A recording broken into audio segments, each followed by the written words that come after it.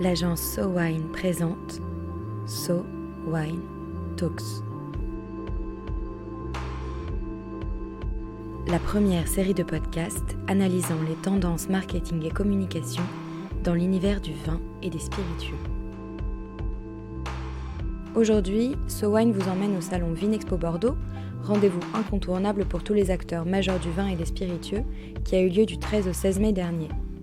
Catalyseur d'échanges entre producteurs et acheteurs, Vinexpo Bordeaux est aussi un lieu de débat, de réflexion et d'anticipation, dont la ligne directrice était cette année l'impact du changement climatique dans les vignobles. Dans cette veine, chez So Wine, nous nous sommes questionnés sur la tendance du bio. Est-ce une tendance majeure et durable ou risque-t-elle de s'essouffler ? Pourquoi fait-on ce choix ou non et qu'est-ce que cela implique ? Pour débattre de cette question, 4 acteurs du monde du vin nous ont donné leur point de vue. Jean-François Réau, des vignobles Gabriel & Co, Magali Combard, du domaine Filière, Philippe Hébrard, des caves de Rosan et Charles Philippona, du champagne du même nom. Notre premier intervenant, Jean-François Réau, est à la tête du regroupement de vignobles Gabriel & Co, qui comprend 3 châteaux de l'appellation Blaye-Côte de Bordeaux, ainsi que 34 vignobles partenaires de la rive droite. Bonjour Jean-François Réau. Alors, on est là pour parler plus spécifiquement du bio.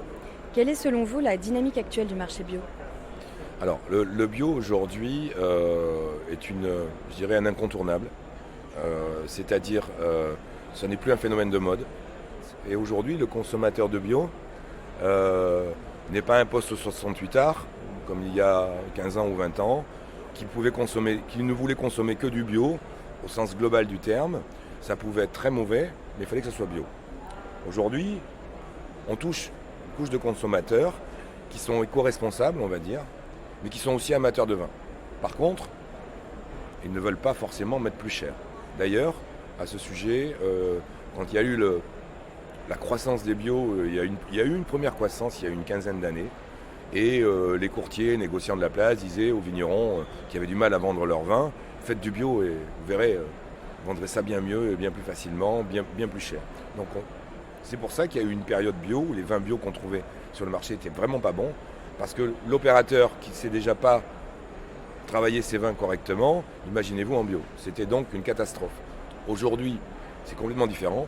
Les gens qui vont vers le bio avec un vrai raisonnement sur du long terme. Donc on arrive aujourd'hui à obtenir des vins de qualité avec les bio à l'identique, on va dire, des vins conventionnels. Voilà. Et jusqu'où peut aller, selon vous, la part des vins bio dans le marché global du vin ? Je pense qu'à l'image des vignobles Gabriel, passer 50% de vins bio, ça sera très compliqué. Par rapport à la multitude de structures qui sont quand même relativement petites à Bordeaux et qui n'auront pas forcément les moyens techniques ni structurels pour se convertir durablement. Aujourd'hui, nous avons à peu près un tiers des vignerons qui sont en bio et on espère aller jusqu'à 50%, mais je ne crois pas qu'on pourra dépasser ce potentiel-là. Et justement, qu'est-ce que ça implique pour un vigneron de passer en bio ? Ça implique déjà intellectuellement beaucoup de choses. C'est-à-dire de changer son mode de pensée. Pas produire à tout prix, mais produire bien, en fait, et produire respectueusement de l'environnement. Donc c'est d'abord un gros challenge de mentalité, en fait. Et c'est notre force aussi à Vignoble Gabriel. Comme nous sommes une structure néanmoins petite, parce que 34 vignerons, on peut parler individuellement avec 34 vignerons ou de façon groupée avec ces 34 vignerons. Ceux qui sont déjà bio peuvent communiquer leur expérience, enlever les peurs, les craintes auprès de certains. Voilà, donc il y a un vrai dialogue qui s'instaure. Mais la plus grosse crainte des vignerons, en effet, c'est la crainte de perte de récolte. Voilà. La problématique du bio aujourd'hui, c'est qu'il devra évoluer. C'est-à-dire que l'agence bio fasse des compromis. Le bio tel qu'il est défini aujourd'hui ne respecte pas véritablement l'environnement. L'agence bio a dit vous avez le droit d'utiliser uniquement des produits organiques ou minéraux, tels le cuivre, par exemple, pour lutter contre le mildiou. Sauf que le cuivre, s'il n'est pas maîtrisé en termes de dosage, on injecte des doses de cuivre massives dans le sol et c'est un métaux lourd. Donc on ne pollue pas la plante par le cuivre, mais on pollue le sol et la nappe phréatique. Ça se retrouve dans l'eau des consommateurs. Donc là, il y a un vrai problème. Préserver l'environnement en installant des haies, en ayant une aire de lavage pour retraiter les effluents viticoles et vinicoles, tout ça n'est pas imposé par l'agence bio. Là, il y a vraiment un gros travail. Si on veut que le bio devienne la référence, il faudra qu'il se rapproche de l'HVE.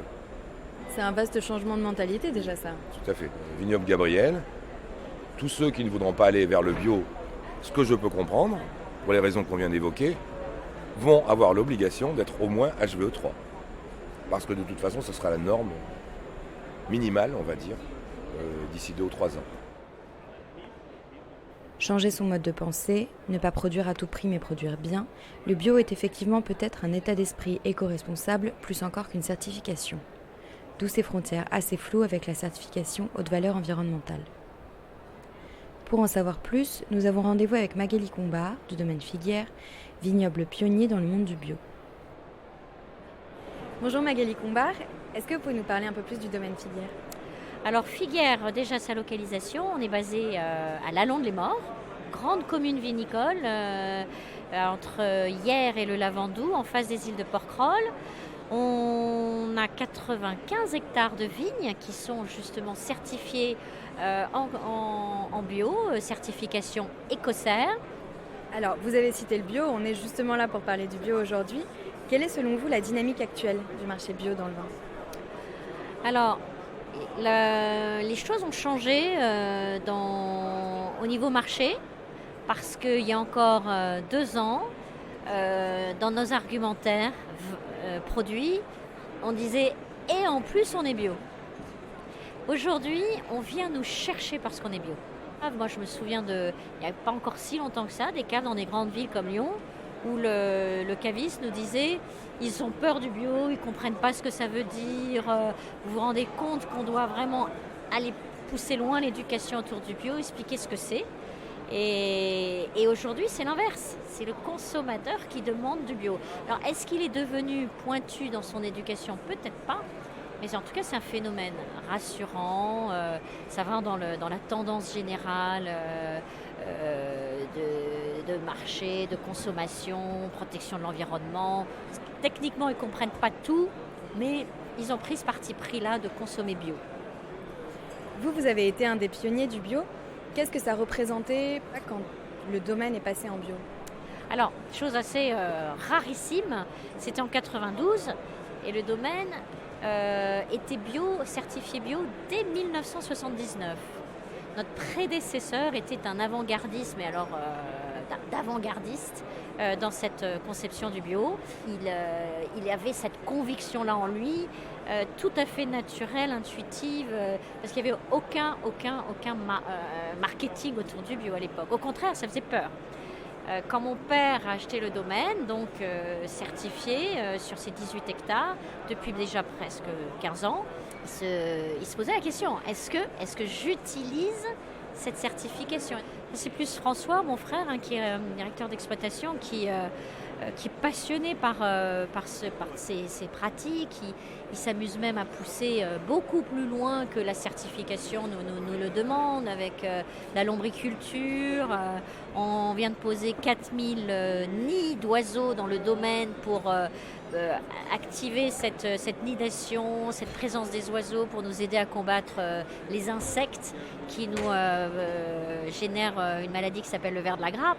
Ça nous plaît, on est pionniers aussi, on aime bien penser autrement, sortir de la boîte, et puis ça fait pas de mal. Franchement, ça fait que du bien à l'environnement, à la nature et puis aux consommateurs, parce qu'il y a quand même, en termes de santé, protection de la santé, qui est indéniable autour du bio. On entend même des régions entières préconiser d'imposer le bio à ces vignerons pour effectivement avoir une premiumisation. On en a parlé ensemble déjà lors de réunions collectives. Et voilà, je pense que c'est une très belle tendance. Pourquoi pas une France entièrement bio dans ses vignobles. Merci beaucoup Magali Combard. Merci à vous.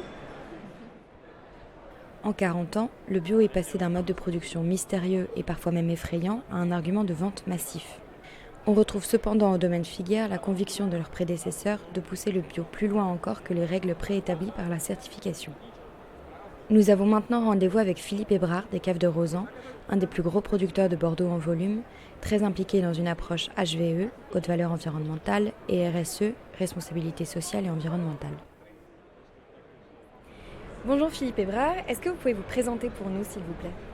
Donc moi je suis directeur des Caves de Rozan, situé dans l'Entre-deux-Mers. C'est la coopérative que je dirige, regroupe 340 viticulteurs qui sont donc actionnaires de l'entreprise et qui sont également eux-mêmes propriétaires de vignobles. Leur objectif c'est de produire des raisins qui répondent à nos besoins qualitatifs et avec des normes et je dirais des règles de conduite de la vigne les plus respectueuses possibles de l'environnement, les plus durables. Et à l'intérieur de ces démarches, on trouve plusieurs choses. Vous parliez de haute valeur environnementale, agri-confiance, qui sont ce qu'on appelle un peu la troisième voie entre le conventionnel et le bio, qui est un petit peu aujourd'hui, je dirais, le plus poussé. Donc en 2009, on a fait voter ce qu'on appelle dans notre jargon un plan bio. À l'époque, nous avions 20 hectares de bio. Et donc, ce plan d'accompagnement, en fait, a consisté à un accompagnement financier, parce qu'il faut savoir que quand on décide de devenir bio, on a 3 années de conversion avant de pouvoir revendiquer le label bio sur le produit alimentaire. Alors, c'est assez logique, c'est-à-dire que les organismes contrôleurs veulent s'assurer que le sol est un peu épuré naturellement les produits de synthèse, et ils considèrent qu'au bout de 3 ans, on est sur quelque chose de bien bio. Voilà. Or, pour des agriculteurs, là, en l'occurrence des viticulteurs, ça veut dire qu'on a les coûts de production du bio, on a les risques récoltes sur le bio, sans avoir le retour financier de la valorisation du bio. Donc on a fait un accompagnement qui consiste en gros à compenser pendant ces 3 ans au viticulteur le surcoût qu'il a. Et ça m'a permis de débloquer un certain nombre de viticulteurs qui avaient des bonnes affinités avec le bio, mais qui hésitaient à se lancer par rapport à ces risques financiers. Et du coup, on est passé de 20 hectares à 220 hectares de bio en 2019. Et on a encore 40 hectares en conversion. On a à peu près 20 hectares de bio tous les ans qui rentrent. Mais ça veut dire qu'ils sont en conversion depuis 3 ans et qui rentrent en bio. Et vous disiez qu'avec le bio, on peut gagner plus d'argent. Le consommateur est d'accord pour payer plus un vin bio ? Alors ça, c'est une très bonne question. Le consommateur est prêt à payer plus cher pour du bio, j'en suis convaincu, et il nous le démontre tous les jours, puisque nous, on a des gammes de produits bio dans nos magasins, et bien entendu qu'il est prêt à payer plus cher pour avoir du bio. Mais c'est un très bon point, parce que souvent on confond les attentes du consommateur et les attentes des distributeurs. Il y a une grosse erreur sur les prix, c'est-à-dire que les quelques enseignes qui ont fait croire aux consommateurs que les prix du bio pouvaient être au même prix que les conventionnels, ça c'est de la démagogie. C'est impossible. Et c'est même dangereux. Parce que faire du bio au prix du conventionnel, c'est tuer les viticulteurs bio. C'est peut-être une éducation à faire alors au consommateur, auprès du consommateur, de lui dire que le bio ne coûte pas la même chose à la production qu'un vin traditionnel ? Je crois qu'on est dans une société où tout le monde doit être responsable. C'est-à-dire qu'aujourd'hui, parfois les médias ont tendance à charger beaucoup les producteurs. C'est aux producteurs d'être responsables, mais nous, vous savez qui dirige nos choix ? Le consommateur. Le vrai responsable, c'est le consommateur. C'est à lui d'afficher ses choix. S'il va acheter du bio et qu'il paye un peu plus cher le bio, il nous envoie un message hyper positif. Et là, derrière, moi, je peux travailler avec mes viticulteurs pour mettre des moyens financiers pour développer le bio. C'est le consommateur qui a le pouvoir, et c'est le consommateur qui a la responsabilité.